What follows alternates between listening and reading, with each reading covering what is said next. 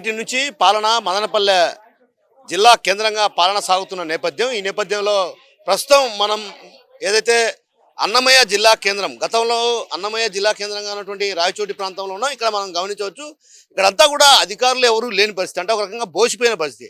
నిత్యం ప్రజలతో కిటకిటలాడేటువంటి పరిస్థితి. ఈ ప్రాంతం అంతా కూడా ఒక రకంగా నిత్యం ప్రజలతో కిటకిటలాడేటువంటి పరిస్థితి ఉన్న నేపథ్యం. ఆ నేపథ్యంలో కూడా ఒక్కసారిగా కూడా ఏదైతే తమ సమస్యల పరిష్కారం కోసం నిత్యం ఇక్కడికి పలు ప్రాంతాల నుంచి, అంటే రాజంపేట పార్లమెంటు పరిధిలో ఉన్నటువంటి ఏదైతే నియోజకవర్గాల వాళ్ళు ఉన్నారో వారంతా కూడా ఇక్కడికి వచ్చి ఇక్కడ వాళ్ళ సమస్యలను పరిష్కరించుకునేందుకు వచ్చేవాళ్ళు. అయితే ఇప్పుడు ప్రస్తుతం బోసిపోయిన పరిస్థితి.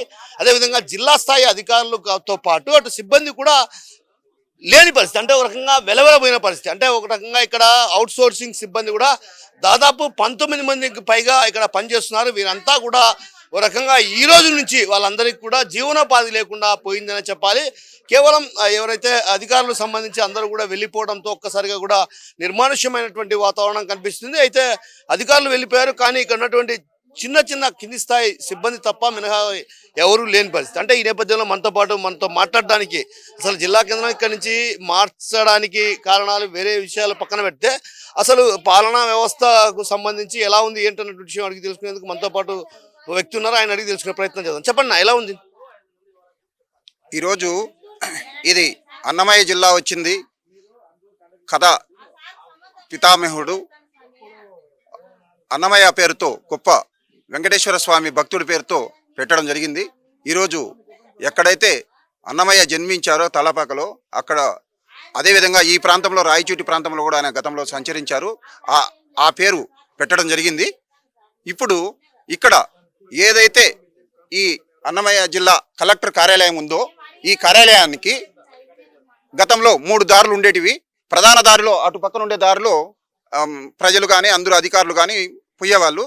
వాస్తు బాగలేదనే భావనతో ఇప్పుడున్న కలెక్టర్ గారు దాన్ని మూయించేసి ఇక్కడ ఈ మూల ఈ బిల్డింగ్లో ఈ చివరిలో తూర్పు దక్షిణం తూర్పు ఉత్తరం మధ్యలో దారి పెట్టారు. ఈ దారి పెట్టినాక, అంటే ఇంతకుముందే 3 దారులు ఉన్నాయి. ఇక్కడున్న వచ్చిన ప్రజలు వ్యంగ్యంగా మాట్లాడేవారు, అన్నమయ్య జిల్లాకు కలెక్టరేట్కు 3 దారులు అని వ్యంగ్యంగా మాట్లాడారు. అయితే ఇప్పుడు అన్నమయ్య జిల్లాను 3 ఖండాలుగా విభజించారు. రైల్వే కోడూరునేమో తిరుపతిలోకి, రాజంపేటనేమో కడపలేకి, మదనపల్లికి. ఎక్కడైతే రాయచోటి రాజంపేట పార్లమెంటరీ నియోజకవర్గానికి కేంద్ర బిందువుగా ఉన్నటువంటి రాయచోటిలో అన్నమయ్య జిల్లా కేంద్రంగా ఏర్పాటు చేయడం జరిగింది. అదే అంశం మీద ఇది రాజంపేట పార్లమెంటు కేంద్రం వచ్చి రాజంపేట రాయచోటి చేయడం సహేతుకమైంది కాదని హైకోర్టు కూడా పోవడం జరిగింది కొందరు రాజంపేట ప్రజలు. అయినా కోర్టు లేదు, కేంద్ర బిందువుగా ఉంది కాబట్టి జనం ప్రభుత్వ పాలనా అధికారం అది, దాంట్లో జోక్యం చేసుకోలేమని చెప్పని కూడా హైకోర్టు కూడా చెప్పి ఉంది. ఇప్పుడు చాలా ధర్మబద్ధంగా చూసినా, చట్టబద్ధంగా చూసినా, న్యాయబద్ధంగా చూసినా ఏ పద్ధతిని పాటించకుండా, అంతకాకుంటే రాజకీయంగా కూడా ముఖ్యమంత్రి గారు ఎన్నికల ముందు రాయచోటి బహిరంగ సభలో అశేష జనవాహిని మధ్య, లక్షల మంది జనవాహిని మధ్య రాజంపేట పార్లమెంటుకు అభ్యర్థిగా ఉన్న మాజీ ముఖ్యమంత్రి కిరణ్ కుమార్ రెడ్డి సాక్షిగా ఈరోజు ఎమ్మెల్యేగా రాయచోటికి కొనసాగుతూ రాష్ట్ర క్యాబినెట్లో మంత్రిగా ఉన్నటువంటి రాంప్రసాద్ రెడ్డి సాక్షిగా అన్నమయ్య జిల్లాను కేంద్రాన్ని మారుస్తారని కొందరు శక్తులు ప్రచారం చేస్తున్నారు. అది తప్పు. ఎట్టి పరిస్థితుల్లో అన్నమయ్య జిల్లా కేంద్రంగా రాయచోటే కొనసాగిస్తాం. ఏదైనా మార్పులు ఉండినప్పటికీ కూడా ఎట్టి పరిస్థితులు ఇదే ఉంటుంది, ఏ పరిస్థితుల్లో కూడా అని చెప్పని రాయచోటి ప్రజలకు గట్టి నమ్మకం, భరోసా కల్పించారు ఆ రోజు. అదే విషయాన్ని ఈరోజు జనం అనుకుండేది ఎవరికైనా సులభంగా అర్థమయ్యేది.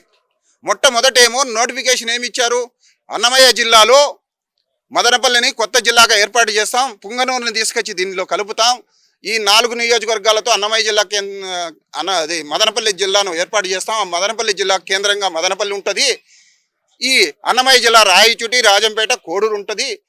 రాజంపేట ఈ అన్నమయ్య జిల్లాలో కడప జిల్లాలో ఉన్నటువంటి ఒంటిమిట్ట, సిద్ధవటమాన్ని దీంట్లో కలపడానికి 2 నోటిఫికేషన్లు ఇవ్వడం జరిగింది.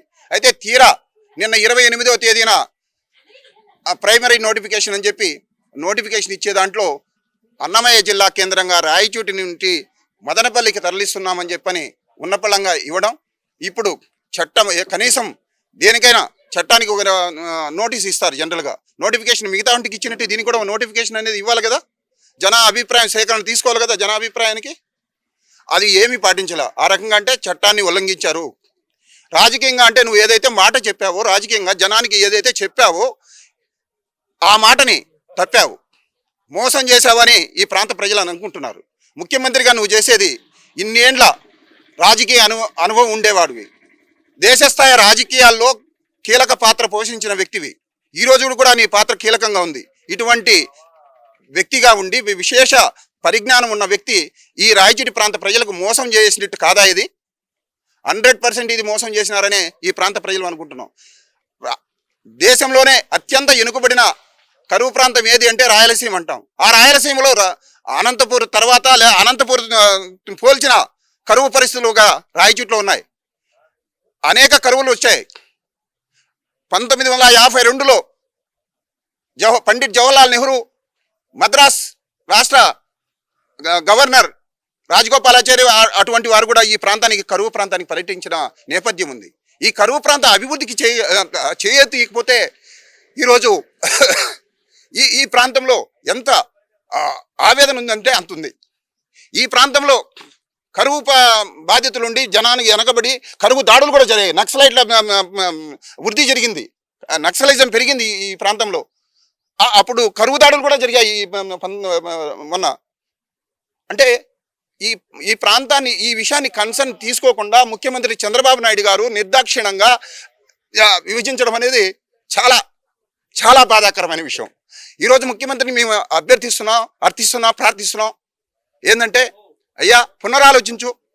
నువ్వు మదనపల్లికి ఇచ్చుకుంటావా? నీ మాటను నువ్వు నిలబెట్టుకుంటావా? ఇక్కడ రాయచోటి ప్రజలకు ఇచ్చావు, నడిబొడ్డులో ఇచ్చావు, నువ్వు ఆ మాటను నిలబెట్టుకో.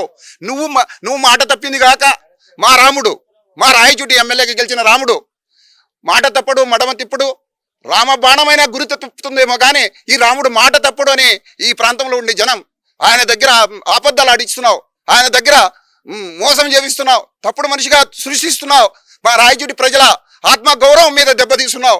ఇది వద్దు, ఇది తగదు. దయచేసి ఈ విషయాన్ని విరమించుకోండి, పునఃసమీక్షించండి, మా అన్నమయ్య జిల్లా కేంద్రంగా రాయచోటిని పెట్టండి అని సవినయంగా ప్రార్థిస్తున్నాం.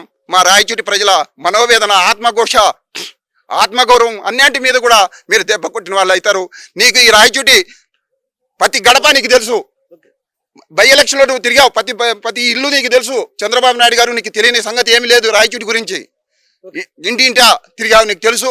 ఈ రాయచోటికి పోనీ నువ్వు ప్రత్యేక పరిస్థితుల్లో మేము విభజించాం, మాకు ఈ రాయచోటికి ఇంకొకటి మద్దతు లేదు, ఏకాకిని అయ్యింది కాబట్టి మేము చేయాల్సి వచ్చింది అంటున్నారు. ఆ ప్రత్యేక పరిస్థితులు ఏందో నువ్వు వివరించలే. రాయచోటి అభివృద్ధికి ఏం చేస్తావో చెప్పలే. ఇంతకంటే మోసం ఉంటుందా? ఈరోజు మన రాయచోటిలో ర్యాలీ చేయడానికి ముఖ్య కారణం ఏమంటే, మనకు ఉన్నటువంటి అన్నమయ్య జిల్లాను లేకుండా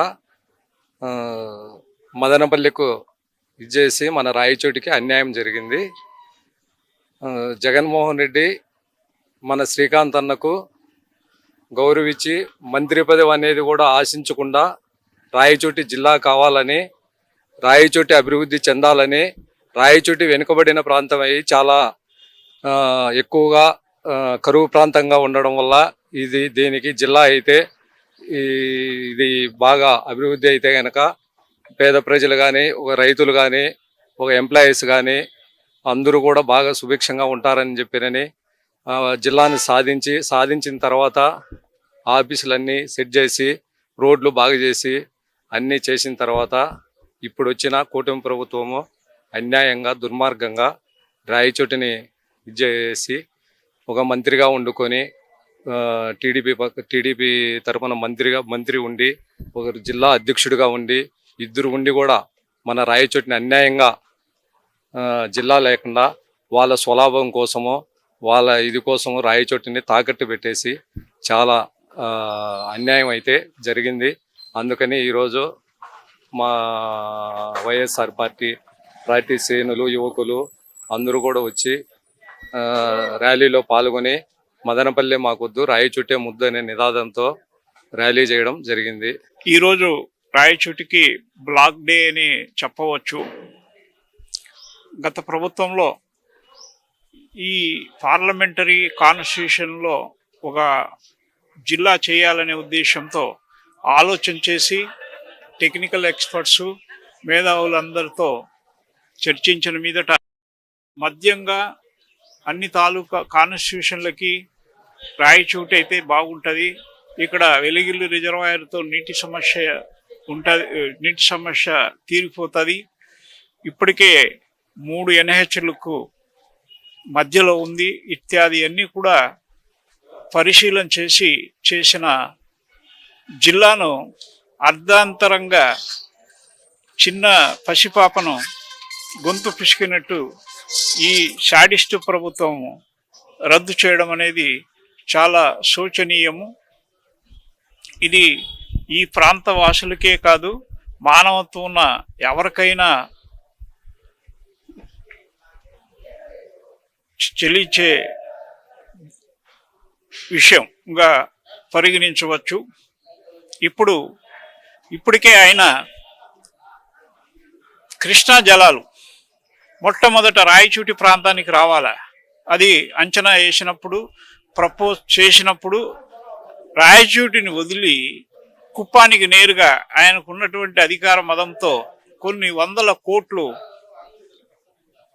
గుమ్మరించుకొని అక్కడికి నీళ్లు తీసుకుపోయి మన నోరు కొట్టిన మహానుభావుడు ఈయన ప్రభుత్వంలో మోసం తప్ప ఇంకొకటి అనేది ఆయన జీవితమే మోసం. దానికి ఒక ఉదాహరణ, 83లో తెలుగుదేశం ప్రభుత్వం అధికారంలోకి వచ్చినప్పుడు 5వ తారీఖున ఎలక్షన్ జరిగింది, 6 కౌంటింగ్ జరిగింది, 6 సాయంత్రం రిజల్ట్ వస్తే 7వ తారీఖు ఉదయం బగ్గిడి గోపాల దగ్గరికి పోయి ఆయన్ను ప్రాధేయపడడం, రాజీనామా చేయి, నేను మంత్రిని అవుతా, నేను ఏమేమో చేస్తానని తీరుకు ఆయన వినకుంటే సాయంత్రానికి బెదిరించడం, ఇటువంటి కొన్ని వేలు ఆయన చేసిన పాపాత్ముడు. అవన్నీ చెప్పాలంటే చాలా ఉన్నాయి. కర్మ సిద్ధాంతం అనేది ఉంది, అది ఖచ్చితంగా ఈయనకు ఏ రోజుకో ఈ పాపాలన్నీ కూడా పండుతాయి. తండ్రి లాంటి రామారావు కూడా ఇలాగే ద్రోహం చేసిన పెద్ద మనిషి, ఎందుకంటే మేము చెప్పలేము. తర్వాత జగన్మోహన్ రెడ్డి 2.0 గవర్నమెంటు వస్తుందని మేమంతా భావిస్తున్నాం. వచ్చిన వెంటనే 3 నెలల టైంలోనే రాయచోటి జిల్లాను తిరిగి చూస్తామనే ఆశ మా అందరిలో ఉంది. అది జరిగి తీరాలని ఆ దేవుణ్ణి కోరుకుంటూ మేము సెలవు తీసుకుంటాం. సో మొత్తం మీద ఏదైతే రాజంపేట పార్లమెంటును అన్నమయ్య జిల్లాగా ఏర్పాటు చేసిన తర్వాత రాయచోటి కేంద్రంగా పాలన సాగేది. పాలన సాగుతున్నటువంటి నేపథ్యంలో కూడా ఒకసారిగా ప్రజలంతా కూడా ఇక్కడికి వచ్చి ఒక రకంగా అలవాటు పడినటువంటి నేపథ్యం. ఆ నేపథ్యంలో కూడా అందరూ కూడా ఇక్కడికి వచ్చేవాళ్ళు. కానీ ఇప్పుడు ప్రస్తుతం మదనపల్లెను జిల్లా కేంద్రంగా మార్చడం వల్ల ఇబ్బందులు తలెత్తే పరిస్థితి ఉన్నాయి. ఈ నేపథ్యంలో చంద్రబాబు కూడా కొంత పునరాలోచించాలి. ఏదైతే గతంలో ఎన్నికల సందర్భంగా ఆయనే స్వయంగా రాయచోటి వేదికగా హామీ ఇచ్చారు కాబట్టి ఆ హామీని నిలబెట్టుకునే ప్రయత్నం చేయాలి. ఏదైతే మదనపల్లెను జిల్లా కేంద్రంగా మారుస్తానని అక్కడ కూడా మాట ఇచ్చారో ఆ మాట నిలబెట్టుకోండి. కానీ ఇక్కడ ఏదైతే అన్నమయ్య జిల్లా అంటే అన్నమయ్య నడయాడినటువంటి ప్రాంతాన్ని కూడా విడిదీసి ఒక ప్రాంతంలో ఆ పేరు పెట్టడం మంచిది కాదు, సహేతుకమైన పద్ధతి కాదన్నటువంటి విషయాన్ని ఇక్కడ ఉన్నటువంటి వాళ్ళు చెప్తున్నారు. అయితే ఇక్కడ ప్రస్తుతం సిబ్బంది కేవలం కింది స్థాయి సిబ్బంది తప్ప ఎవరూ లేని పరిస్థితి. అంటే ఒక రకంగా కార్యాలయం కూడా వెలవెలపోయినటువంటి బోసిపోయినటువంటి పరిస్థితి. ఈ రోజు నుంచి కూడా ఏదైతే పాలన అంతా కూడా మదనపల్లె కేంద్రంగా సాగుతున్న నేపథ్యం కాబట్టి జిల్లా స్థాయి అధికారులంతా కూడా అక్కడికి వెళ్ళడంతో కూడా ఆ సిబ్బంది ఊరికే కేవలం ఇక్కడికి వచ్చి ఆ తర్వాత వెనుదిరుతున్నటువంటి పరిస్థితి కనిపిస్తుంది. కెమెరా పర్సన్ రాముతో కిషోర్, RTV, రాయచోటి నుంచి. చరిత్ర సృష్టించినోడు